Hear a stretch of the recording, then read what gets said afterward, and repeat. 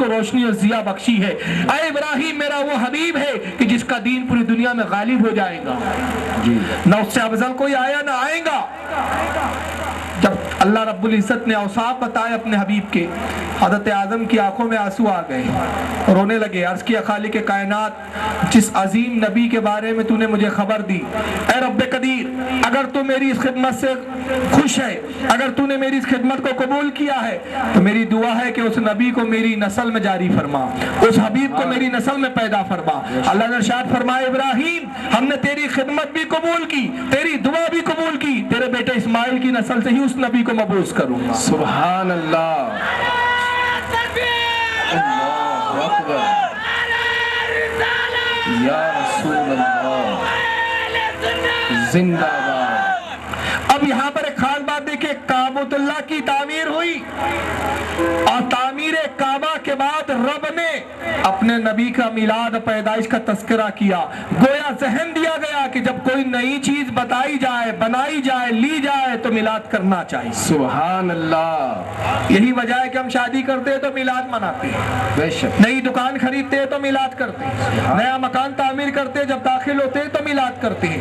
حضرت ابراہیم کی دعا قبول ہوئی، رب تبارک و تعالیٰ نے حضرت اسماعیل کی نسل سے ان کو پیدا فرمایا۔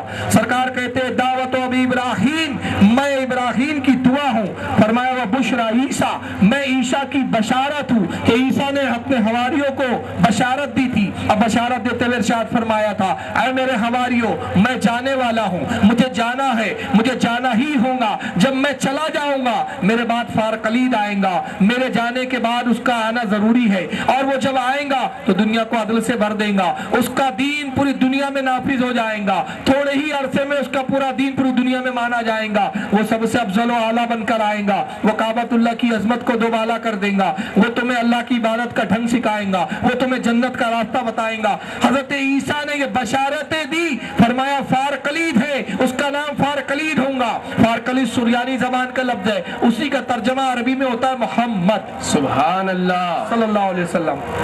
سرکار فرماتے میں عیسیٰ کی بشارت ہوں، ورعت امی انہو یخرج منہا نور اضاءت منہ قصور الشام، اور فرمایا جس وقت میری ولادت ہوئی، جب میں پیدا ہوا مجھ سے ایک نور ظاہر ہوا، اور اس نور کی روشنی میں میری ماں نے شام کے محلات کو دیکھ لیا۔ سبحان اللہ، اللہ کے نبی نے اپنی میلاد خود بیان فرمائی۔ بے شک، اس حدیث کو امام حاکم نے المستدرک میں لکھا، جلد نمبر 2 صفحہ 656، حدیث نمبر 4144۔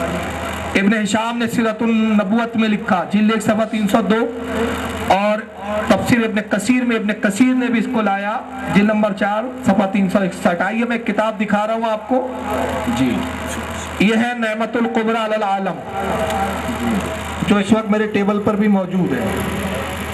یہ دیکھیے، یہ کتاب ترکی سے چھپی ہے، یہاں سے نہیں چھپی ہے، تاکہ یہ بات نہ رہے کہ صاحب یہ بریلیوں نے چھاپ لی ہوں گی۔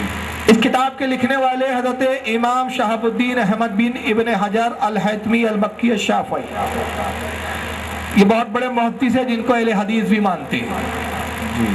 899 ہجری ان کی تاریخ وصال ہے، یعنی آج سے تقریباً 550 سال پہلے۔ تو اب یہ بات تو واضح ہو گئی کہ جو لوگ کہتے ہیں کہ یہ آج کے سنیوں کی ایجاد ہے، تو جناب یہ ہماری نہیں ہے۔ اگر آپ رسول کے اور صحابہ سے نہیں مانتے تو کم سے کم یہ تو ماننا پڑے گا کہ ابن حجر سے تو کم سے کم میلاد شروع ہوا، یعنی 500 سال پہلے، حالانکہ تو رسول سے شروع ہوا، لیکن یہ آج سے 550 سال پہلے کے ولی اور بزرگ اور محدث ہے۔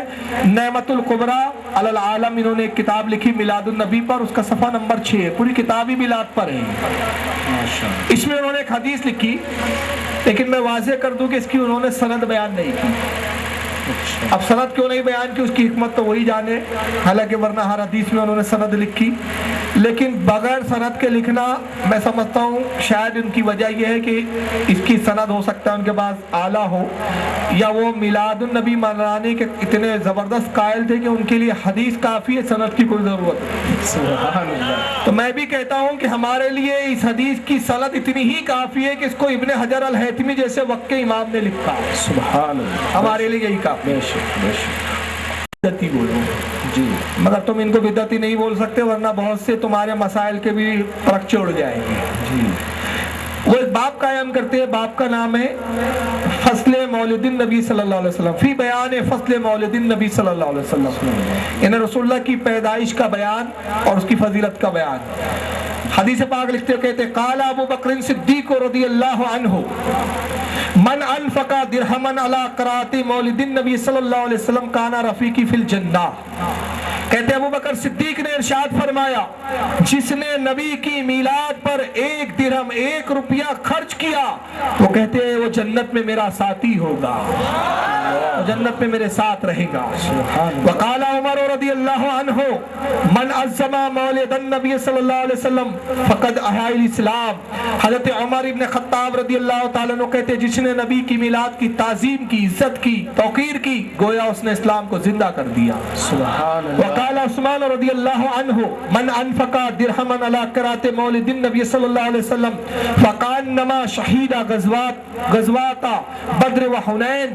حضرت عثمان غنی کہتے ہیں کہ جس نے نبی کی میلاد پر مسرت اور خوشی میں 1 روپیہ خرچ کیا, گویا وہ غزوہ بدر اور حنین میں شریک ہوا اور شہید ہو کر ان شہداء کے ساتھ اس کا حشر کیا جائے گا. سبحان اللہ. وقال علی رضی اللہ عنہ وکرم اللہ وجہہ من عظم مولد النبی صلی اللہ علیہ وسلم وکان سیان لقراتی لا یخرج من الدنیا الا بالایمان ویدخل الجنت بغیر حساب. حضرت مولا کائنات علی مرتضی فرماتے ہیں کہ جس نے نبی کی میلاد منائی اور اس پر دل کھول کر خرچ کیا, وہ دنیا سے ہرگز نہ جائیں گا مگر اس شان کے ساتھ کہ اس کا خاتمہ ایمان پر ہوگا اور اللہ کو جنت میں بغیر حساب و کتاب کے داخل فرمائے. سبحان اللہ. نعرہ تکبیر, نعرہ رسالت, میلاد رسول, میلاد رسول.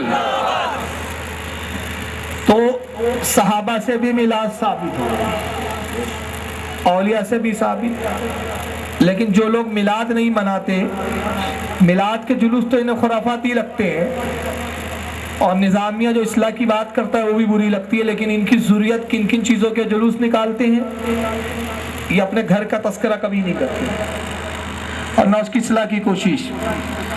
آئیے اس سے پہلے کہ میں ان کے آقا اور جو ان کے سردار ہے یا ان کے جو ماور ملجا ہے, جن کے درم و دینار پر ان کی گزر اوقات ہے, جن کے درم سے ہی یہ کوٹ خریدتے اور ٹائی خریدتے ہیں, ان کی اہمیت بتانے کے لیے پہلے ان چاپلوس مولویوں کے 2 بیان سنا دوں, جس میں ایک توصیف الرحمان ہے.